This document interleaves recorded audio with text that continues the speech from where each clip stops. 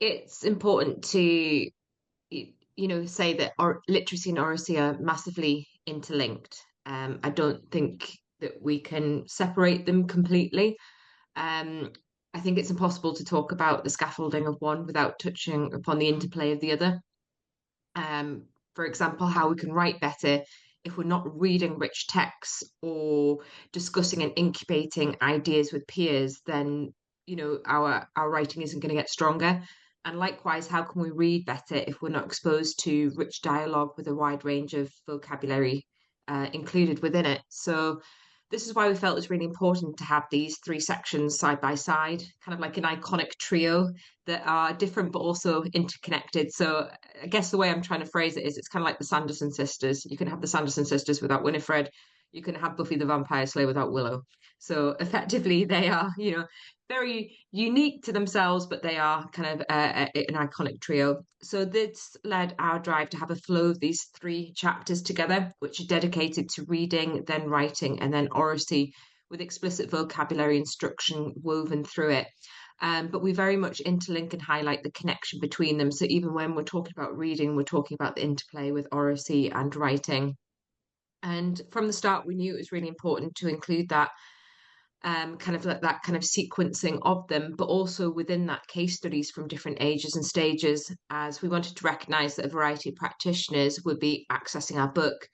And so we consciously sought out educators who are able to share effective literacy and oracy practice that would enable readers to hone in on how to scaffold for their key stage, but then also access what other key stages do in order to better understand the progression of those skills across time, such as writing.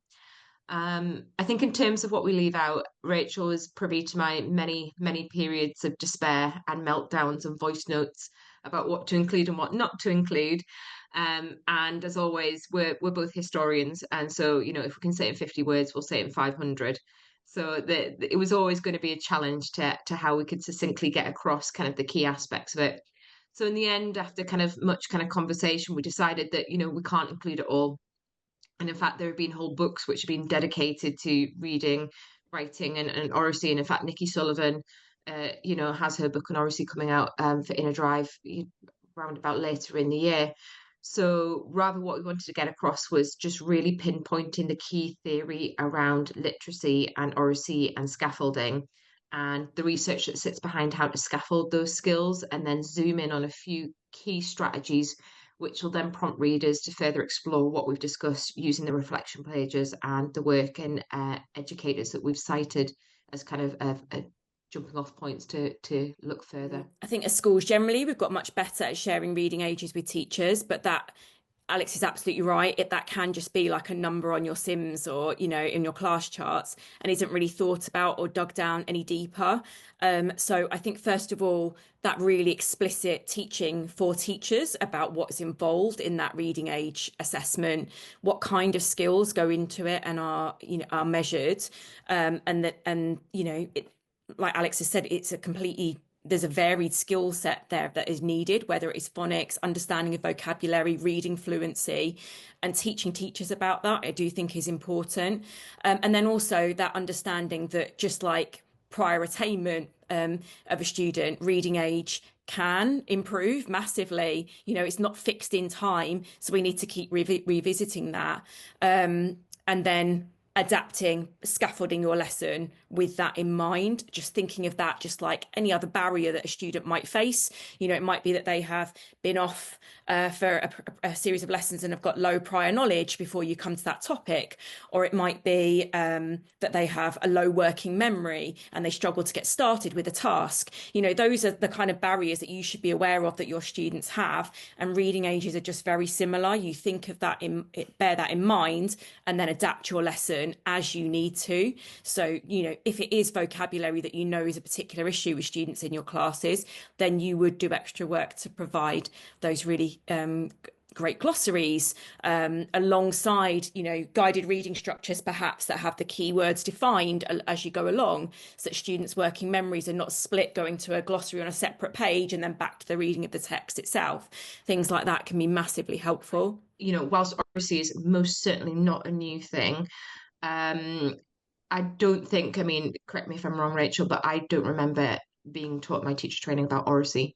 And I Absolutely. don't remember it coming into my teacher training, I mean, in my CPD program in my school until probably about 2017. And that was through the work of Voice 21. So, I think that there is now a far greater focus on oracy in some schools, and that we've seen that really kind of increase from, I think, we saw a slight elevation 2015 onwards with obviously the work of Voice 21, and then we had COVID, which obviously outlined, the fact that for a long time children weren't talking. They were, sat behind computer screens and that sort of thing. And it obviously raised the profile of how we need to get them to communicate. So I think there exist now pockets of it, but certainly far less back then. And I think prior to COVID, there wasn't really anything centrally driven by government or teacher training providers.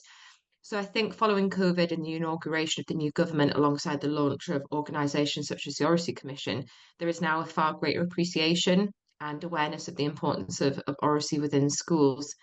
But I think there's still a lot of work for systemic systems to shift. I think that awareness is there and that understanding that we need to be kind of looking at it. But I think that for us to take it beyond an intent, beyond a vision, we need to really be looking more carefully at the what, how, and why. So effectively, the implementation of it, and that's where I think there's still quite a lot of work still to do. So I think there still exists like a number of issues, which means that these shifts have not yet happened. So I think you'll get questions such as, well, when can we fit in opportunities to talk? Because I think in some cases it is still seen as a bolt-on additional thing. And when you've got a crowded curriculum and finite teaching time, oh, I've got to put in a talk task as if it's something additional to add in. And then I think, another question is things like, how can I make sure that the talk is purposeful? That fear of paired and group talk, particularly if you are battling with behavior, how do you make sure that they're talking about the content rather than what they're having for dinner, or who was on Love Island last night? That seismic shift would be, I think, working with staff to establish a vision for oracy. They don't need another soundbite, another gobbet, which is received and put on a website, and that they've got to learn verbatim. In the end, I think kind of really talking about what oracy is and why we're doing it, and co-establishing that vision and how that Venn diagrams with the curriculum and with teaching and learning and with pastoral, so that they can see that it is pretty much kind of woven through everything. And I think that might help to dispel some of the myths and misconceptions behind it. I always come up with some kind of food kind of analogy. And so the way that I think about it is that, when I'm talking about it with staff is, I'll say that the curriculum is like a Christmas pudding, effectively. It's this kind of like, really kind of wonderful kind of cake. But in order to make it rich and to make it powerful, you're constantly injecting and infusing it with oracy and reading and writing and all those sorts of things. And that's what makes it kind of what it is. That's what makes it accessible, that you're not choking on the crumbs, because you've got that to kind of moisten it and stuff like that. So I think the staff see that more as that they are, intrinsically interlinked rather than separate component ingredients.